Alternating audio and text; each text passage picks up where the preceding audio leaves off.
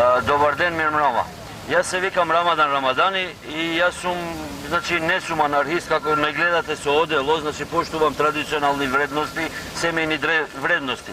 И кога ми понудија, значи да зборам што би направил со толку големи пари, што право да ви кажам, значи јас сум сиромашно дете од сиромашна фамилија и немам поим колку реално се тие 2 милиона и 300.000 евра, но се подсетив како да биде две во едно, значи како да биде нешто што е благородно, значи потикнување на семејни вредности, трето дете, четврто дете, второ дете и така натаму, и нешто како замена за ова скулптура, па одма и прво што ми паметна на памет е дека со тие пари одлично би било во Македонија да се формира еден солидарен друштвен фонд за пелени.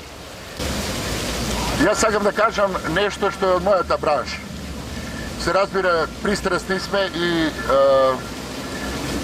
за овие пари кои се потрошени на Прометеј, на овој, а се сомневам дека е тој, навистина може да се вложи многу во филмската индустрија или во филмот како едно културно наследство кое Македонија многу повеќе би ја афирмирало надвор од Македонија, отколку што овој споменик тоа го прави. Ќе се надоврзам на претходни два говорници. Значи, зад мене е Прометеј, или дарителот на огнот, митолошки. Мислам дека во најбуквална смисла тие 2,3 милиони плюс 6.000 евра можат да се донираат, да се дадат за енергетска сигурност на социјално осетливите групи. Веќе знаеме дека грејењето станува се и поголем проблем со секоја, енергенците се се поскапи и мислам дека неколку години проблемот за грејење, за отоплување на овие групи, на социјално оштетените, би бил решен сигурно со тие пари. Значи, со 2,3 милиони евра би отворила младински културни центри широм Македонија, кои имаат разновидна програма 7 дена во неделата, за социјалниот живот да не се сведува само на пиење кафе. Хвала. Со 2,3 милиони евра би имплементирала едукацијски програми за превенција од зависности, бидејќи само преку адекватна едукација, а не со медиумски кампањи, може да се постигнат саканите резултати. Градила стационари за грижа на кучиња и мачки скитници, кои нема да бидат успиени ако никој не ги постои. Со 2,3 милиони евра би купила веќе израснати дрва, кои ќе ги засадам на местото на засадените прачки на Илинденски и Климент Охридски. Јас сум Инес Ефремова и мислам дека за 2 милиони и 300.000 евра, наместо ваков споменик на кој дополнително му облекува пелени, може да се овозможат пелени на оние на кои навистина им се потребни, односно пелени и многу други средства и услови неопходни за малечките во домовите за деца без родители, дечињата од социјално загрозените семејства. Па наместо детското село и центарот за деца со посебни потреби постојано да молат за донации, овие пари може да се инвестират и да помогнат ова допълнително и дополнително му облекува пелени, може да се овозможат пелени на оние на кои навистина им се потребни, односно пелени и многу други средства и услови неопходни за малечките во домовите за деца без родители, дечињата од социјално загрозените семејства. Па наместо детското село и центарот за деца со посебни потреби постојано да молат за донации, овие пари може да се инвестират и да ја помогнат оваа толку витална и ранлива група. Владата изјавува дека особено се грижи за еднината на државата, а никако заборава на генерациите кои ќе градат. Ова случајна ознака на мојата мајца може да се толкува малку повисока е цената, ама тука се и гачите и инфраструктурата над 2,3 милиони евра.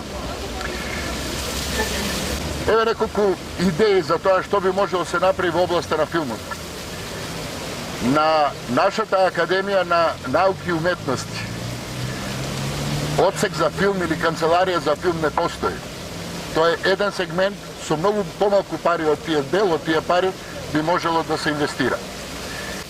Исто, владата тврди дека оддава почит на нашето минато и културно наследство, а додека гради дискутабилна историја и кич, остава нашето високо културно наследство да пропаѓа. Пропаѓаат градските јадри и чаршини из Македонија, црквите кои чекаат реставрирање. Тука се и ужасните услови во депоата на музеите, каде вистински уметнички реме дела пропаѓаат поради лошите услови. Делате дека знаењето е сила, знаењето е моќ. Па може би овие пари може да ги инвестираат во студентските домови, каде има буквално незумани услови за живот и да им ги обезбедат елементарните услови на оние кои треба да бидат фирни академски граѓани. За крај, како некој што говори од Ликовната академија, би рекла дека со тие пари може нивните уметници да им обезбедат основни средства и услови за создавање и учење.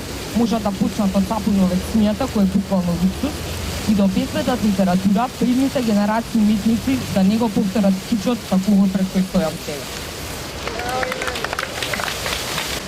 Втората работа е што некои мои пресметки кажуваат дека во текот на една година, доколку се повикаат најголемите филмски авторитети, режисери, сценаристи, артисти, кои би држале по еднонеделни семинари во Македонија од областа на филмот, тоа би коштало точно 10 години 30 врвни уметници од областа на филмот да доаѓаат овдека и тоа да трае. 10 години активност и образование од областа на филмот.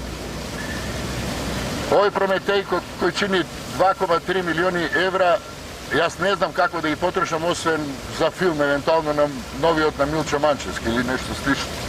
Значи, фамилија која достигнала да преживее со тие 12.000, 13.000, 18.000 денари кои ги има, стварно е многу голем трошок и тоа 1000 денари што ќе и треба да потроши на пелени. Затоа мислам дека овој мој предлог би било многу општествено, друштвено корисен и многу би допринел за она што сакаме да видиме во Македонија, а таа е здрава и просперитетна. Ви благодарам и фалим дерите. Потрошил овие пари. Следната е, знаеме дека овие дена актуелен е случајот со бебето Најден. Детето беше вандализирано, знаеме тоа, мачено, крвнишки и се собираа донации. Веќе спомнавме на кој начин би можело институционално да му се помогне на ова дете, но јас мислам, односно претпоставам, мислам дека има добра основа да се претпостави дека Најден е дете од несакана бременост. Со тие пари јас би финансирала бесплатна контрацепција за тинејџери до известна возраст и тоа многу години, мислам дека би биле доволни за тоа.